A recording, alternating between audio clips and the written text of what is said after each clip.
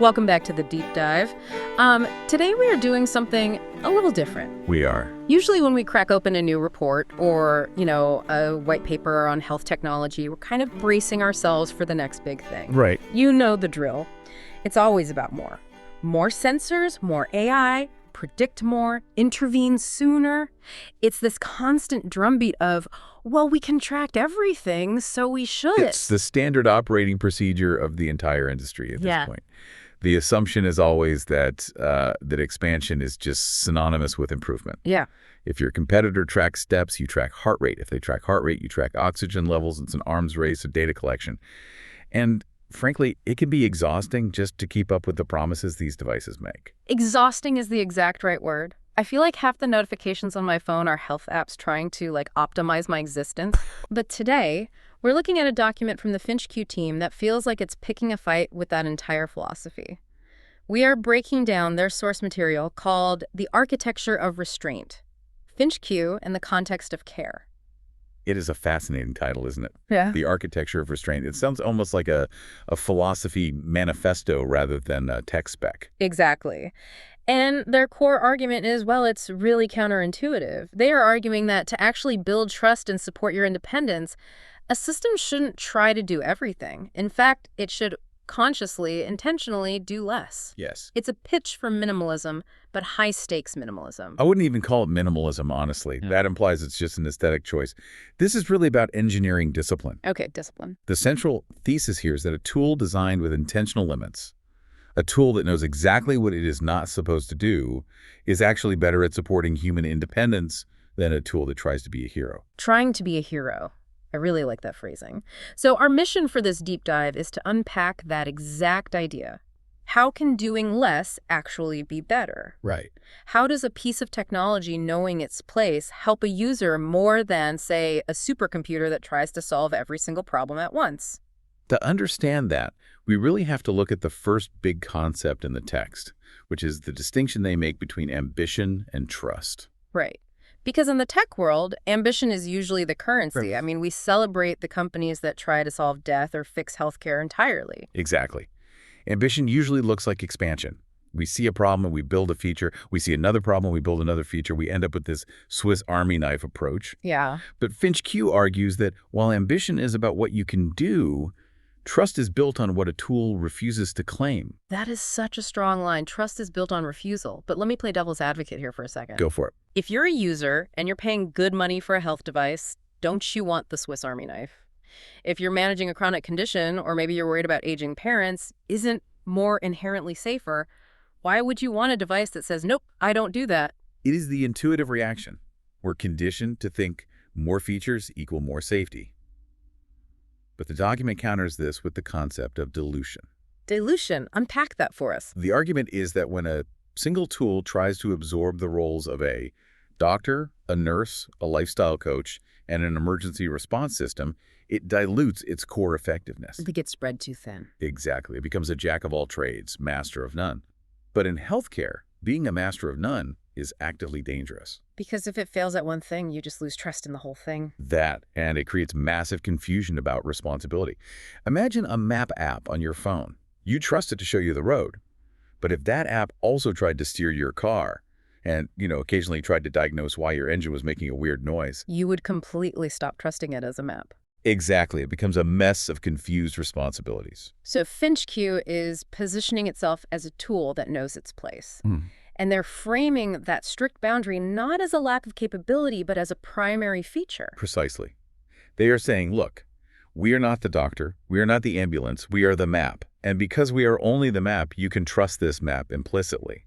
Okay, so if they are the map, what is the actual territory they are mapping? Because if they aren't diagnosing you or calling 911, what's the utility? This leads us to the second big theme in the text, which I found really compelling. The difference between snapshots and trajectories. This is where we get into the structural gap in modern healthcare. The source material describes the current state of clinical care in a way that I think will resonate with anyone who's ever been a patient. It describes care as occurring in slices of time. Oh, absolutely. The classic 15-minute appointment. Yes. You wait 3 months to see a specialist, you sit in the waiting room for an hour, your blood pressure spikes because you're stressed out, and then you have 10 minutes to explain the last 90 days of your life. And even the best doctors, the text is very respectful of clinicians, they're limited by the structure. They see the snapshot. Right. They see the report from that specific day. They see the blood work from that morning. But the text points out that between those visits, the invisible context happens. The invisible context, that's the stuff we usually just forget to mention. It's the reality of living. Routines shift. Recovery fluctuates. Maybe you had a bad week where you couldn't walk as far, but then you bounce back. Yeah. Or maybe you're slowly relying more on the handrail when you go down the stairs. These are subtle changes that accumulate over time, but they're totally invisible in a single snapshot. It's like trying to understand a movie by looking at 3 still photos taken an hour apart. You just miss the plot. Exactly. The argument is that acute care, the hospital, the doctor's office, focuses on moments. It treats the spike in fever, the broken bone, the sudden pain. But FinchQ is designed to focus on patterns. It's about the longitudinal view, the trajectory. So it's trying to make that continuity visible to both you and the doctor. Yes. And think about the implications of that word, trajectory. A snapshot tells you where you are right now. A trajectory tells you where you are heading. Right. Are you slowly declining? Are you stabilizing? Are you recovering faster than expected? That is vital information that is almost impossible to get from a quarterly checkup. And it changes the conversation completely. The text mentions this explicitly, how the patient-doctor conversation shifts. Instead of walking in and trying to rely on your memory, you're walking in with data. But not just raw data. It's not just a giant spreadsheet of step counts. The text talks about visualizing function.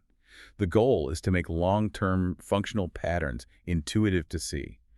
So when a patient talks to their clinician, they aren't just bringing symptoms, they're bringing context. Context is everything. Right, they can say, look, over the last 6 weeks, my mobility has trended down every Tuesday and Wednesday. Why is that? That is so much more empowering than just saying, hey, my knees hurt sometimes. It turns the patient into an investigator of their own health. It really does. And this brings us back to that idea of restraint. By providing this clarity, FinchQ isn't trying to tell the doctor what to do. It isn't saying the patient has arthritis, prescribe ibuprofen. Right. It doesn't cross that line. It simply says, here is the pattern of movement over the last 3 months. It supports the professional authority. It doesn't challenge it. It allows the decision to be made with an awareness of trajectory rather than just a single data point. I really like that. It feels like it respects the intelligence of both the patient and the doctor. It's not trying to be the smart one in the room. It's just trying to turn on the lights so everyone else can see better. That is a beautiful analogy, turning on the lights. But here's the catch.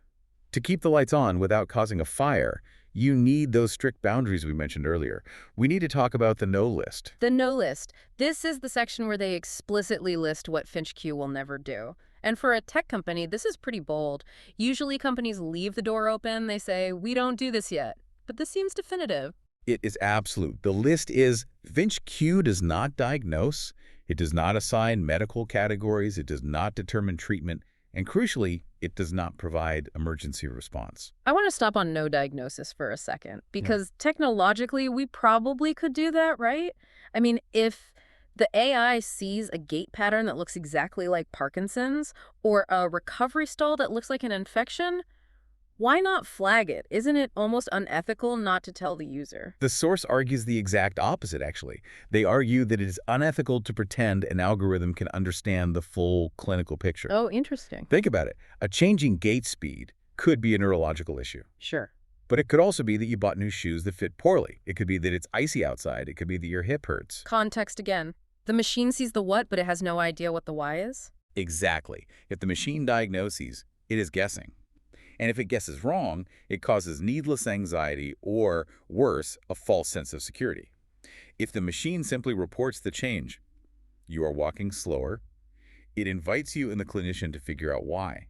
It prompts reflection rather than delivering a verdict. So it respects you enough to let you connect the dots yourself. Yes. The text describes the role of the tool as narrower and quieter. It illuminates patterns, but does not interpret them medically.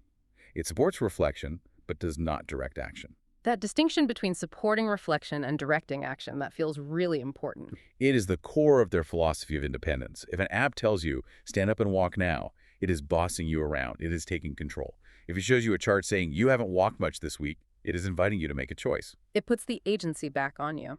Which brings us to the other big item on the no list, no emergency response. This one feels genuinely risky to me. I feel like a lot of people buy health tech specifically for that safety net, like the Mhm. whole help I've fallen and I can't get up thing. It does feel risky at first glance until you consider the psychology of reliance. The source argues that when a tool tries to do too much, expectations get muddled.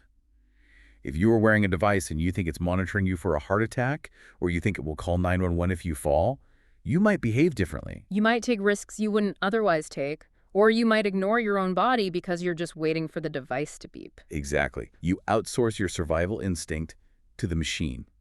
But no machine is 100% perfect. If the battery dies or the sensor slips and you're relying on it to save you, that is a catastrophic failure. So by explicitly saying, we do not do this, they are forcing the user to stay aware. Right. The text says when roles are clear, responsibility remains appropriate. If I know my watch isn't calling 911, I know I have to call 911 if I feel bad. It prevents that dangerous gray area where a user assumes the technology is handling something that it actually isn't. It sounds like they're trading perceived safety for actual clarity. That is a great way to put it. And in a marketplace filled with escalating claims, as the text calls it, that clarity is a huge differentiator. Let's talk about that marketplace, because this architecture of restraint creates a really interesting dynamic when you compare it to everything else out there. We are surrounded by devices that promise to predict our future, optimize our sleep, and basically run our lives. It is an incredibly noisy environment. The text calls it a crowded marketplace of expanding promises. Every new device claims to be revolutionary.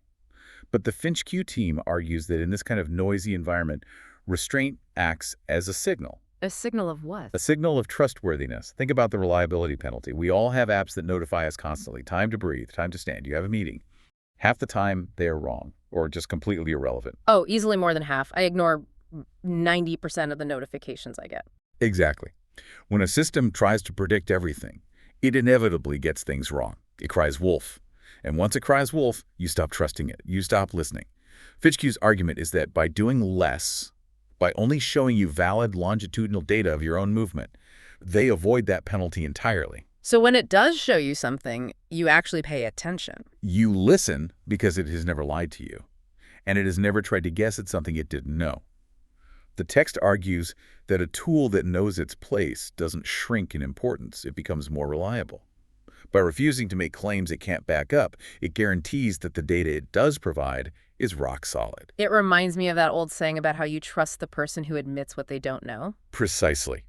If a mechanic tells me I can fix your transmission, but I don't know anything about your electrical system, I trust them completely with my transmission. Right. If they say I can fix everything, plus I can do your taxes and cure your back pain, I'm running away. Yeah.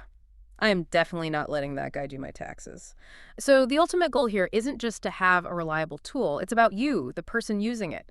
The text says FinchQ exists for people living their lives who want to understand how their independence is holding up over time. That is the ultimate mission statement. It reinforces independence by contributing context without assuming control. It allows the user to navigate that complex medical system, the doctors, the specialists, the acute care moments, with their own map. It informs without intervening. That's a really powerful distinction for anyone looking at health tech. I think a lot of us assume that the best tech is the one that does the most, but this deep dive really flips that on its head. It fundamentally challenges the definition of best. If best means most features, then sure, go for the Swiss Army knife. But if best means most effective at supporting human agency and clarity, then the architecture of restraint makes a very compelling case. It really does. It's strange. Usually when we look at these tech documents, I come away thinking, wow, the future is going to be crazy and sci-fi. But with this one, I come away thinking, wow, the future might actually be quiet. And perhaps more human. By stripping away the automated interventions and the AI predictions, you are left with the human reality. How am I living? How's my recovery going? What does my life look like over time? The tool just holds up the mirror. So let's bring this all together. We started with the idea that the health tech industry is obsessed with expansion, doing more, predicting more.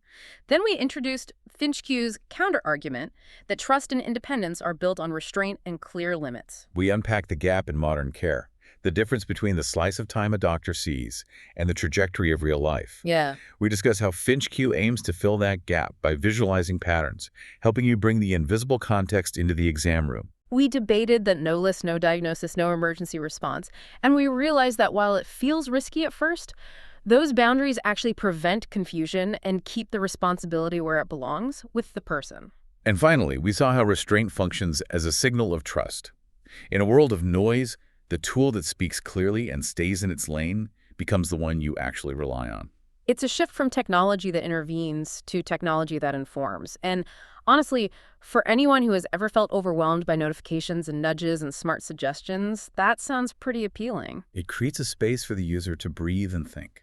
It respects your intelligence. So here is where we leave you to mull this over. We live in a world where our phones, our watches, our smart fridges, everything is trying to predict our next move or optimize our behavior. They want to take control to supposedly help us. But the question this text raises is fundamental. Is true independence about having a machine that navigates life for you? Or is it about having a machine that shows you exactly where you are so you can steer the ship yourself? In a world where every app wants to be your captain, maybe the most powerful tool is the one that's content to just be your compass. Something to think about next time your smartwatch tells you to stand up. Thanks for listening to this deep dive. Until next time.